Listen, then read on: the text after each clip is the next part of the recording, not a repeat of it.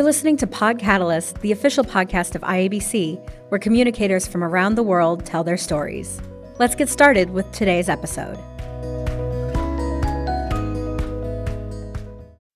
Welcome back to Pod Catalyst. I'm Kristen Frankevich, IABC Content Manager.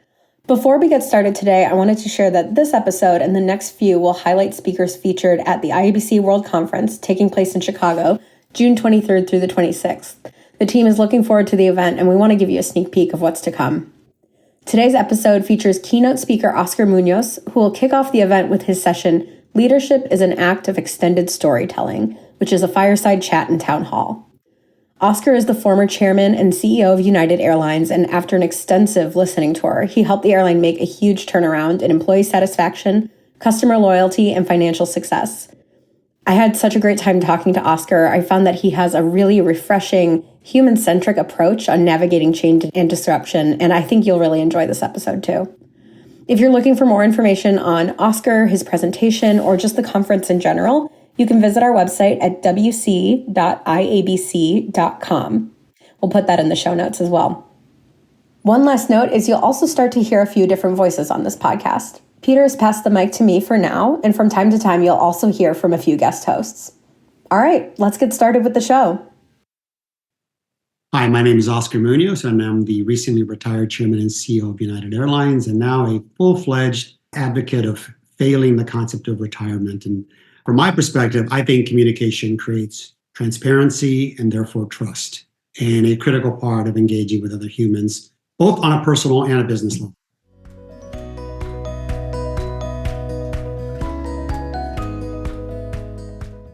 Well, Oscar, thank you so much for joining us today. Excited to have you here. Oh, it's wonderful. And I can't wait for the event. So let's get started with the conversation. During your tenure at United Airlines, I know you put an emphasis on listening to and empowering your employees. Given the challenges that the company had seen prior to your joining, I want to learn a little bit more from you. What did that first year or so of the listening exercise look like? How did you learn to build trust with your employees over time? You know, the instinct we all have, and, corporate communication professionals like all of you understand this better than others. But, for context, the United Airlines that I took over was anything but United. We had a merger that had stalled. We had 8 CEOs in the previous decade. Our performance metrics were in tailspin. Investors, customers, and particularly employees were very much not in support of the company. And so my instinct was to go find out why. It's exactly rather than what everybody was telling me. And I quickly learned that they were disenfranchised, disengaged, and disillusioned. That is a quote I used in my first Wall Street Journal article when they said, "Hey, what are you finding out there?" And of course, that got big headlines. And, shouldn't the board have known about this? Because I was previously on the board. And so I found all those things. So, what I learned in talking with individuals is my sense was we had lost the trust. As one employee put it so poignantly, she says, "I'm just tired of always having to say I'm sorry." Meaning she was a flight attendant, and the plane's late. She has to apologize, but it has nothing to do with that. The coffee sucks. Again, no decision on her part. She just has to serve it. So, you have 80, 90,000 employees around the world always having to say a sorry. That's where the trust had eroded.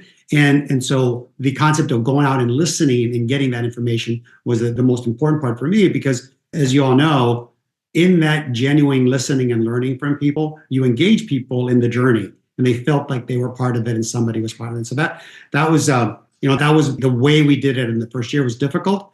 I was interrupted a little bit because I had this heart attack, an eventual heart transplant event that kind of get in the middle of it, but we jumped right into it right afterwards. Yeah, and that part about your story is fascinating and quite inspiring. That's a whole other podcast. Right. So you embarked on this listening journey in 2015, which is almost 10 years ago, right? And while some core concepts of good listening certainly remain the same, in many ways, the world we're in today is very different. Vastly different. Yes. Right.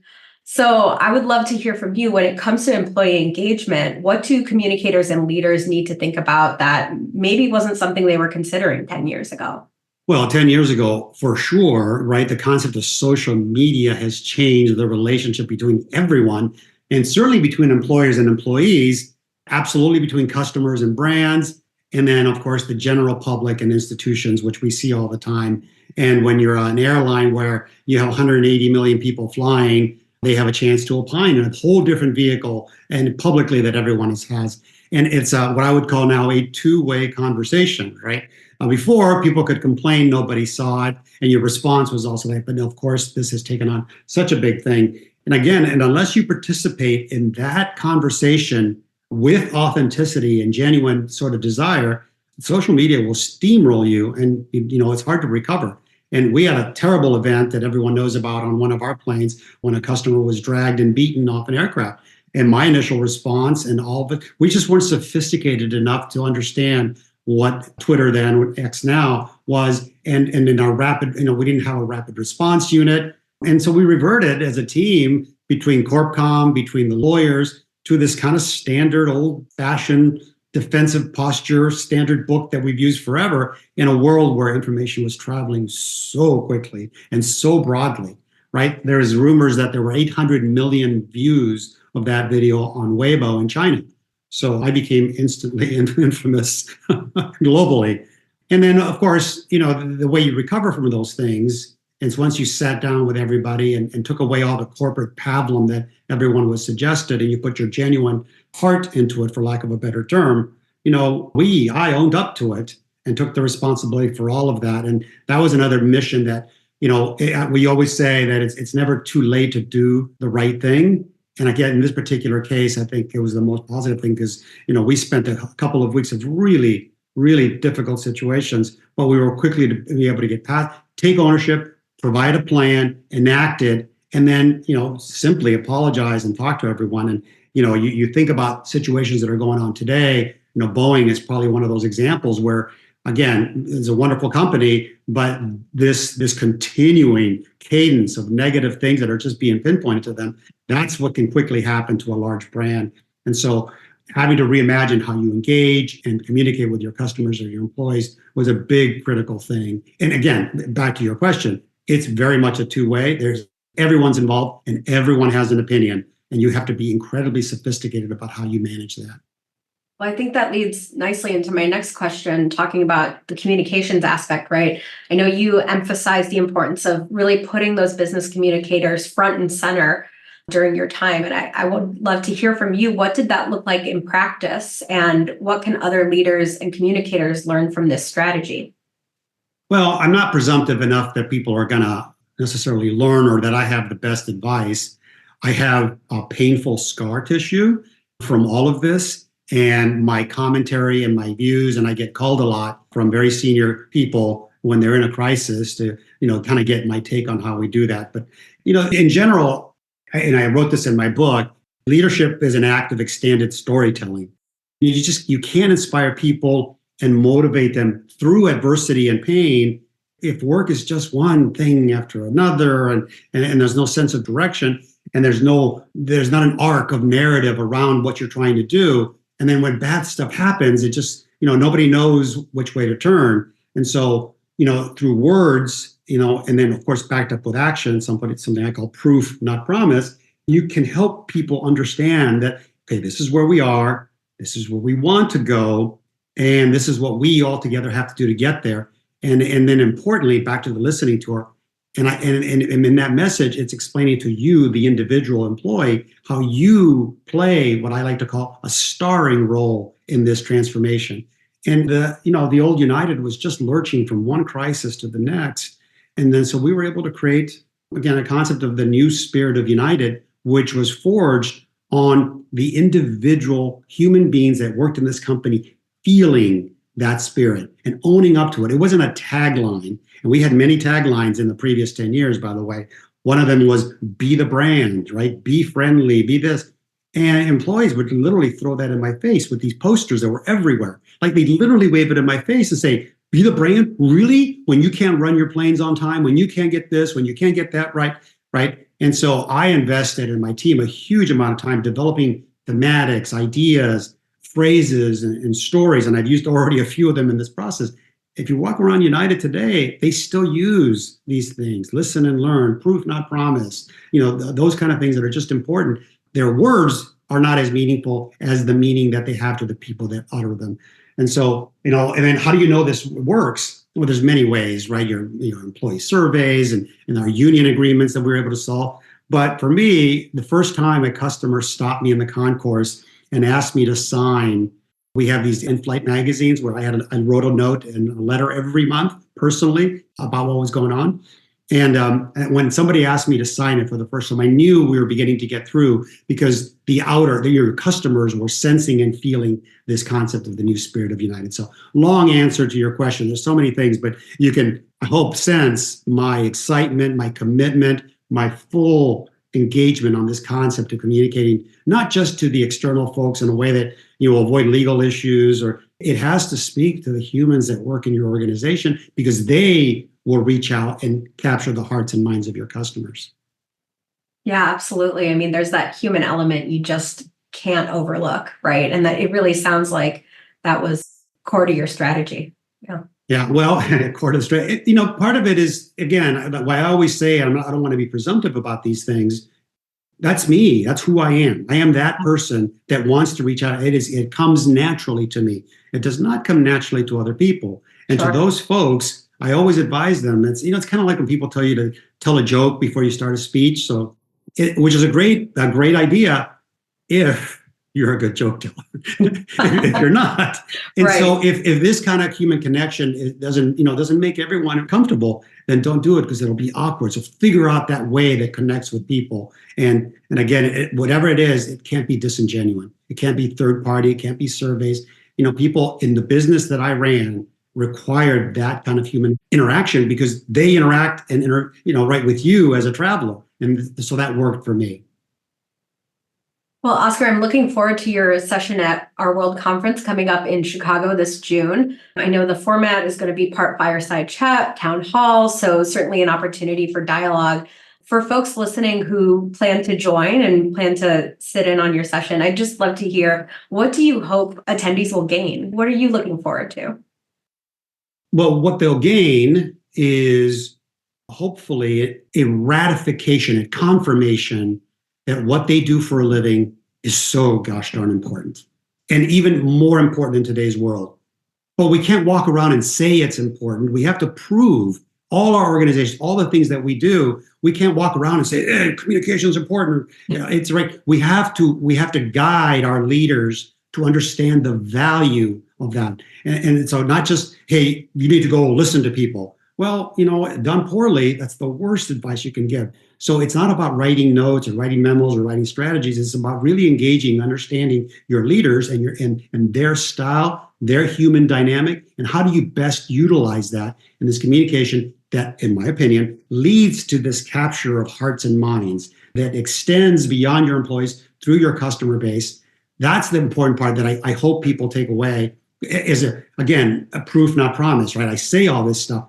I have proof because all you have to do is look at United's, sort of arc with regards to its financial results, its NPS results, just the brand image that people have of them now versus what they did.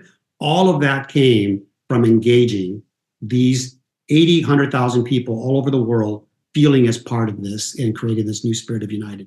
And so that's what I hope that people get. With regards to the town hall and questions, I say one thing and one thing only: bring it. You want to know how to get to global service? I can answer that. You can. You got to spend a lot of money. You want to talk about my failures? Read my book. It is almost as much about failures. I mean, in fact, there's very little, oh, look at me, look how great I did. It is not one of those memoirs, in my opinion. It is really one that tries to, back to your question, to not teach, but guide and give people examples of an approach that took place that worked and it can work, leading with heart, leading with humanity, along with all the business stratagem that's obviously clearly important. I'm a perfect example, and our company is a perfect example of how that can work. Yeah, the candor is inspiring, definitely. Yeah. So, Oscar, my last question for you, and we like to ask all of our guests this, is what gets you up in the morning? It's interesting. I mentioned at the start of it how badly I'm failing retirement, but I don't feel that way. When people ask me what you're doing, I say, I am busy, I am healthy, and importantly, I am happy. And what this new chapter allows me to do is to really engage in things that I've wanted to for a long period of time. Words like DEI and ESG have become bad four-letter politically divisive words. I believe in all of those comments and all those components of all of this stuff, but I try to project them in a way that's practical and logical. I'm not a big fan of begging people on the DEI front. Please hire people of color. Please, take care of women and pay them the same. I try to offer advice and facts and data that get an individual interested. It's like, ooh, I should do this not because it's a DEI thing, but it's a competitive thing. It's a business generation thing. I mean, underrepresented minorities in this country make up a huge portion of the buying power. So they're customers in growing numbers. Why wouldn't you pay attention to them? Sustainability, yes, it's green and it's the right thing to do. But in a world like aviation, where we burn a lot of fossil fuel, I've approached that not from the green aspect of that, but a different green, that volatility of fuel price wreaks havoc on the stocks of airlines. Imagine if we had an alternative fuel that was indeed sustainable, that had a price that was very consistent. What that would do for people's equity, their stock value, would be immense. And so that gets people attention. And it's not a green thing per se. That's kind of a political thing. It's a business thing. That is a win-win because it also creates, a more sustainable planet for us, which I think we're all part of. So at the end of the day, I lived in a world as a CEO, sometimes like, especially early on with United, it's like, oh my God, what's wrong now, right? And everybody thought, it was like, oh, United, what's wrong? And we moved it to a kind of a fun phrase that's what's next, an exciting what's next. Like, ooh, what next thing are they doing? And you keep seeing that from United, which is the best legacy for someone like me, that a lot of that continues to this day. Yeah, absolutely. Well, Oscar, thank you so much for your time today. We appreciate the opportunity to talk with you. It was certainly the most energizing part of my day. And we are so looking forward to having you at World Conference this June in Chicago. So thank you again. It'll be so much fun. And again, I look forward to it. And thank you for having me.